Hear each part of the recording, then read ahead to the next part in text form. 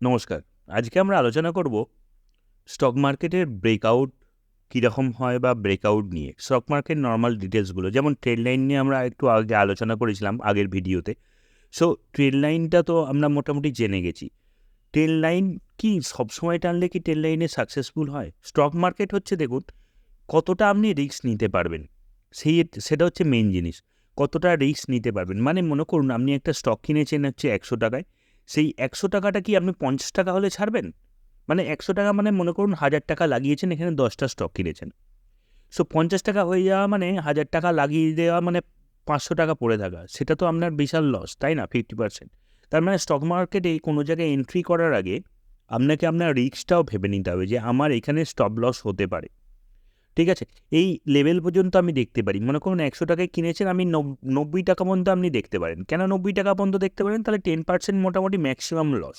কত পার্সেন্ট আপনি লস নেবেন? লসটার প্রবাবিলিটিটাকে আপনাকে রিডিউস করতে হবে। মানে 90 টাকার মতো লস নেবেন। 90 টাকা পর্যন্ত লস নেবেন মানে 90 টাকা পর্যন্ত যাবে, আপনি 10 টাকা পর্যন্ত লস নেবেন, আপনি সেই সময় ছেড়ে দেবেন।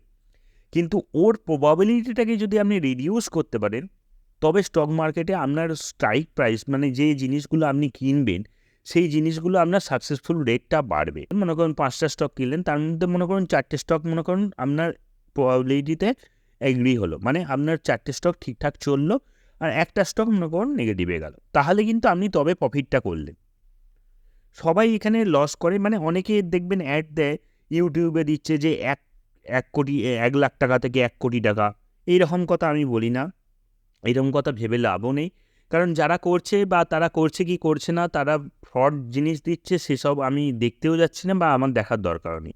অ্যাকচুয়াল জিনিসটা শিখতে হবে, শেখাটাই মেন বিষয় স্টক মার্কেটে। আপনি যত শিখবেন, যত চার্ট নিয়ে অ্যানালিসিস করবেন, ততই আপনি জানতে পারবেন। দেখুন আজকে আমরা আলোচনা করব ব্রেকআউট। সো ব্রেকআউট কি? ব্রেকআউট কি? ব্রেকআউট হচ্ছে কোনো একটা স্টক যাচ্ছে সেই লেভেলে, মনে করুন এইখানে একটা রেঞ্জ বানিয়েছে একটা স্টক, মনে করুন এরকম করে যাচ্ছে, এরকম যাচ্ছে, এরকম নিচে আসছে, এরকম পড়ে যাচ্ছে, নিচে আসছে, এরকম যাচ্ছে, এখানে ব্রেকআউট হচ্ছে। মনে করুন এখানে স্টকটা ব্রেকআউট হচ্ছে। সো এইখানে ব্রেকআউট হচ্ছে, তার মানে কি আমি এখানেই কিনে নেব? দেখুন ব্রেকআউট হলে অনেকে অনেক রকম বলে যে ব্রেকআউট ফেলটা কেন? আপনাকে তার মানে আপনার জিনিসটাকে আপনাকে কনফার্ম করতে হবে। আপনার যে এন্ট্রিটা, সেই এন্ট্রিটাকে আপনাকে কনফার্ম করতে হবে। কীরকমভাবে এন্ট্রিটাকে কনফার্ম করবেন? দেখুন এখানে ব্রেকআউট হলো, তাহলে ব্রেকআউট কখন হয় স্টক মার্কেটে? মনে করুন একটা স্টকের ওপরের দাম হচ্ছে 60 রুপিস, একটা রেঞ্জে চলছে, আর নিচের দাম হচ্ছে 50 রুপিস। সো 50 থেকে 60 পর্যন্ত একটা রেঞ্জে একটা স্টক চলছে। ঠিক আছে? এটা স্টকটা মনে করুন বিগত মনে করুন 1 মাস কি বিগত 1 বছর বা বিগত 10 বছর ধরে চলছে। এইখানে হঠাৎ করে এটা ব্রেকআউট হলো মানে কেউ একটা স্মার্ট মানি এখানে এলো, যারা বড় বড় ইনভেস্টর। আমি যে একটা দুটো স্টক কিনছি বা 100টা স্টক কিনছি, সেটা নিয়ে এই সমস্ত শেয়ারের দাম কখনোই আপ ডাউন হতে পারে না, এটা মাথায় ঢুকিয়ে নিতে হবে। মানে কোনো একটা স্মার্ট মানি এলো, মনে করুন এটা 60 টাকার শেয়ার, সে চলে এলো হচ্ছে 60 কোটি টাকা নিয়ে, এবার 60 কোটি টাকাটাকে সে কী করলো? সে 60 কোটি টাকাটাকে মনে করুন 3 ভাগে ভাগ করলো। কেন ভাগ করলো? কারণ স্টকটায় মনে করুন ভলিউম কী আছে দেখতে হবে আপনাকে। স্টকটার ভলিউম মনে করুন আপনার প্রত্যেক দিনে ও 1 লাখ করে, মনে করুন সাপোজ 1 লাখ করে আপনার ভলিউম থাকে। সো ও যদি প্রথম দিনই যদি 10 লাখ শেয়ার কিনে নেয়, তাহলে স্টকটার প্রাইস কী হবে বুঝতে পেরেছেন? 60 টাকার স্টক 100 কোটি টাকার সঙ্গে সঙ্গে এখানে লাভ মারবে।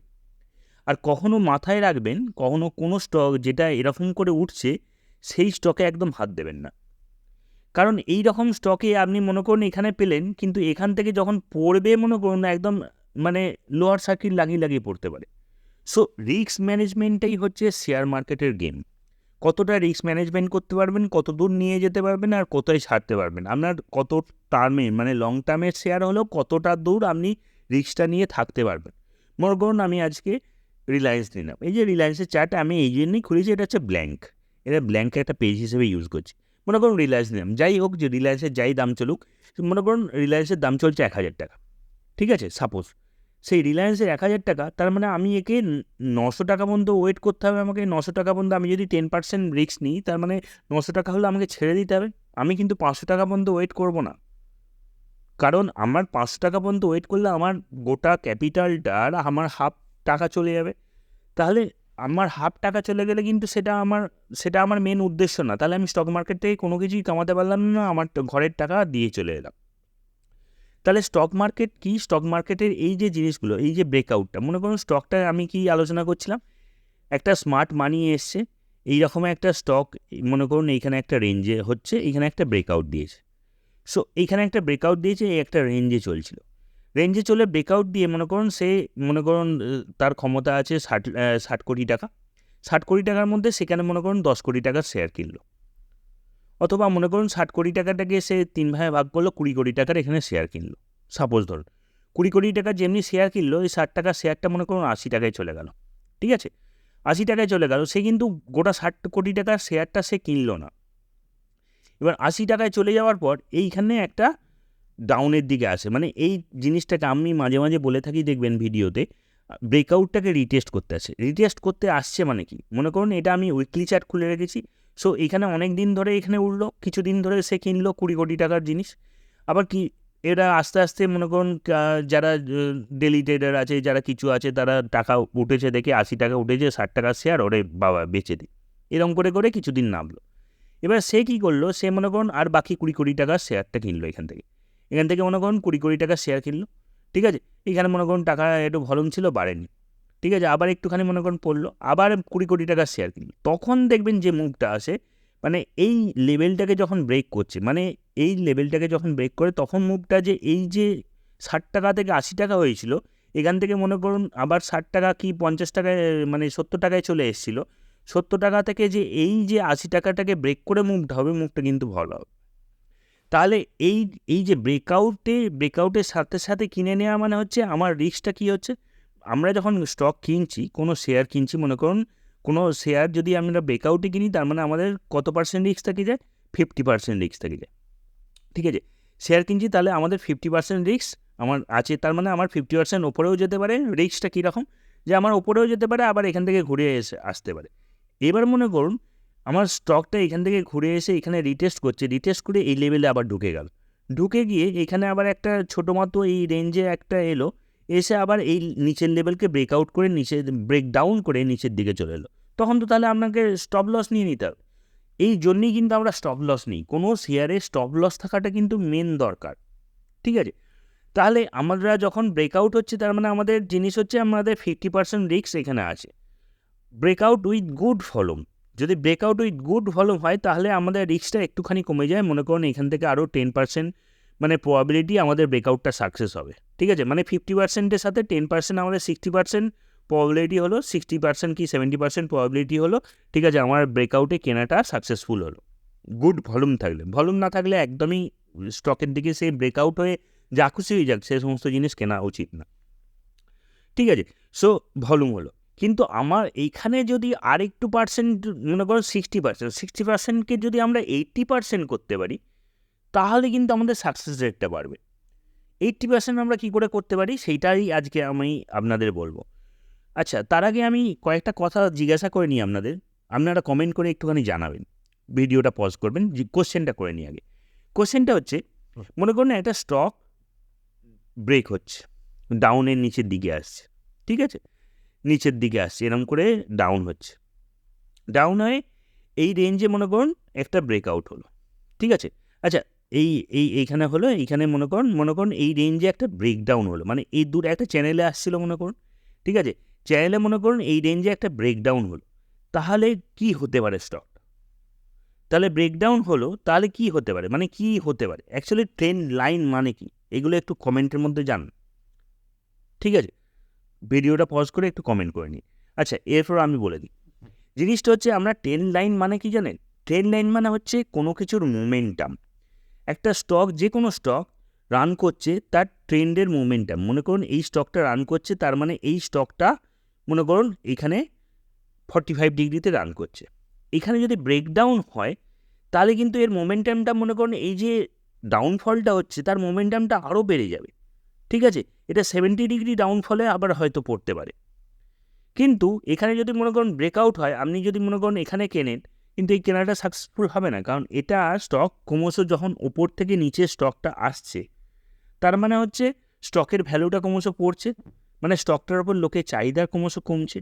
তাহলে স্টকটার ওপর লোকের চাহিদা কমছে মানে হচ্ছে মনে করুন এখানে 100 টাকা ছিল, এখানে ক্রমশ এখানে 60 টাকায় এসছে, কমতে কমতে 60 টাকায় এসছে, এখানে ব্রেকআউট হলো, আপনি এখানে কিনে নিলেন, কিন্তু জিনিসটা উচিত না। কেন কিনতে পারবেন না? কারণ ব্রেকআউটের পর এই যে 60 টাকায় হয়ে গেছে, এখানে লোকে আর ইন্টারেস্টেড নেই, যে 100 টাকা স্টক ছিল সেটা 60 টাকা দাম, আবার কবে 100 টাকা যাবে, লোকে তো আর ইন্টারেস্টেড না, আপনি ইন্টারেস্টেডের ওপর কিছু ডিপেন্ড করে না। তার মানে এটা ক্রমশ এটা একটু সাইডওয়েজে রান করবে। একটা ব্রেকডাউন হলো, ব্রেকডাউনের পরে এটা সাইডওয়েজে রান করবে। এবার সাইডওয়েজ থেকে যখন ব্রেকআউটটা হবে, তখন এই ব্রেকআউটেও আপনি কিনতে পারবেন না। কারণ কিনতে পারবেন না, এই যে ব্রেকআউটটা, এই ব্রেকআউটটা যে সাইডওয়েজে আবার এখান থেকে ভাঙবে না স্টকটা, সেটা তো আপনি বলতে পারছেন না, সেটার তো কোনো গ্যারেন্টি নেই এখান থেকে যে ডাউন হবে না। এই ব্রেকআউটটার পর যে এই কনফার্মেশনটা দিচ্ছে, এই যে পুলব্যাক, যে কোনো স্টকে একটা করে পুলব্যাক থাকে, মানে মনে করুন একটা স্টক উপরে যাচ্ছে, কিন্তু ওপরে যাওয়ার জন্য তাকে কি করতে হচ্ছে, এরকম আস্তে আস্তে ওপরে যাচ্ছে। যে স্টক ডাইরেক্ট ওপরে যাবে সেই স্টক একদমই কিনবেন না, আস্তে আস্তে ওপরে যাবে, মানে একটা গেল একটা পুলব্যাক দিল, একটা গেল একটু পুলব্যাক দিল, একটা গেল একটু পুলব্যাক দিল, এই পুলব্যাকে আমাদের কিনতে হবে। কেন কী করে কিনতে হবে? মনে করুন একটা স্টক আপনি উইকলি অ্যানালিসিস করছেন, ঠিক আছে, উইকলি অ্যানালিসিস করছেন, মনে করুন এখানে একটা স্টক এখানে ব্রেকআউট দিল, ব্রেকআউট দিয়ে এইখানে গেল, এখান থেকে একটা ডাউনফল এলো, মানে এটা পুল ব্যাক হচ্ছে, ডাউনফলে এসে মনে করুন এই জায়গা থেকে আবার স্টকটা একটু রিটার্ন করছে। সো আপনি যদি এটাকে ডেলি অ্যানালিসিস করেন তাহলে দেখতে পাবে যে এইখানে একটা করে হায়ার লো, মানে হায়ার হাই, এইখানে প্রথমে হায়ার লো বানাতে বানাতে আসছে, তারপরে এই হায়ার হাইটাকে একটা এইখানে যে হায়ার হাইটা বানিয়েছে সেই হায়ার হাইটাকে ব্রেক করে ওপরের দিকে যাওয়ার চেষ্টা করছে, তখন সেই স্টকে এন্ট্রি নেওয়াটা খুব ভালো, কারণ এই যে স্পিডে এটা উঠেছিল সেই স্পিডে এখান থেকে আবার উঠবে। সো আমরা সবসময় চেষ্টা করব যে পুলব্যাকে কেনার জন্য। সো এটাই হলো ব্রেকআউটে কখন কিনবেন সেটার হচ্ছে এটার অ্যান্সার।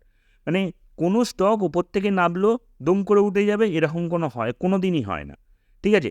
কোনো স্টক ওপর থেকে নামছে, মানে আস্তে আস্তে নামছে, মেবি এখানে একটা রেঞ্জ বানাবে, রেঞ্জ বানিয়ে সেই রেঞ্জটাকে যখন ব্রেকআউট দেবে, সেই ব্রেকআউটের যদি আপনি রিটেস্টে কিনতে পারেন তবে সেটা বেটার হয়, মানে সেটার পুলব্যাক। এবার সবসময় কি আপনি পুলব্যাকের জন্য ওয়েট করবেন? সেটা দেখতে হবে সেটা কি অল টাইম হাইয়ের কাছাকাছি আছে, তার ভলিউমটা কেমন আছে, আর আপনি রিস্ক কতটা নিতে পারবেন।